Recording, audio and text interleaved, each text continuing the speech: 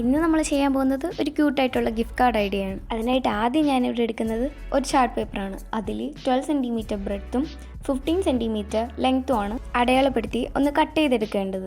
അതിനുശേഷം ഒരു pink colour chart എടുക്കാം. ഇത് ഫ്ലവർ ചെയ്യാനായിട്ടാണ്. അതിന് വേണ്ടിയിട്ട് 12 സെൻറ്റിമീറ്റർ ലെങ്ത്തും 3 സെൻറ്റിമീറ്റർ ബ്രെഡ്ത്തും മാർക്ക് ചെയ്ത് കട്ട് ചെയ്തെടുത്ത 5 6 എത്ര ഫ്ലവേഴ്സ് വേണോ അത്രയും നിങ്ങൾക്ക് കട്ട് ചെയ്തെടുക്കാം. അതിനുശേഷം അതൊന്ന് ഹാഫായിട്ട് മടക്കിയതിന് ശേഷം വീണ്ടും ഒന്ന് ഹാഫായിട്ട് മടക്കണം. അത് കഴിഞ്ഞ് ഒരു ടൂലിപ്പിൻ്റെ ഷേപ്പിലാണ് ഞാനിപ്പോൾ ഇതൊന്ന് ചെയ്തെടുക്കുന്നത്. അങ്ങനെ വരച്ച് കഴിഞ്ഞതിന് ശേഷം ഇതൊന്ന് കട്ട് ചെയ്തെടുക്കണം. കട്ട് ചെയ്തെടുത്ത ഓരോ പാർട്സും ഒന്നിൻ്റെ മുകളിലായിട്ട് ഗം വെച്ച് ഒട്ടിക്കണം.